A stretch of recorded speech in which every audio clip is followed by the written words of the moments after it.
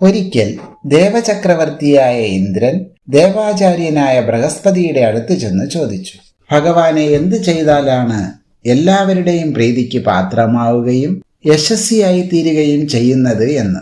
അതിന് ദേവാചാര്യൻ മറുപടി പറഞ്ഞു, ത്രൈലോക്യനായക, മധുരഭാഷണം ഒന്നു മാത്രമാണ് എല്ലാവരെയും പ്രീതിപ്പെടുത്തുന്ന ഏക വസ്തു. എല്ലാവരോടും സംസാരിക്കുക. കണ്ട ഉടനെ ആദ്യം സംസാരിക്കുക, മധുരമായി സംസാരിക്കുക.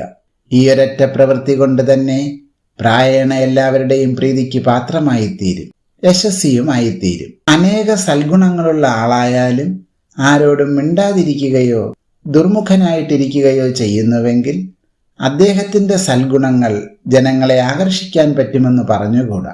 സൗമ്യഭാവവും സൽഭാഷണവുമില്ലാതെ അർത്ഥികൾക്ക് ധനം കൊടുത്താൽ കൂടി അവർ സന്തോഷിക്കാൻ പോകുന്നില്ല.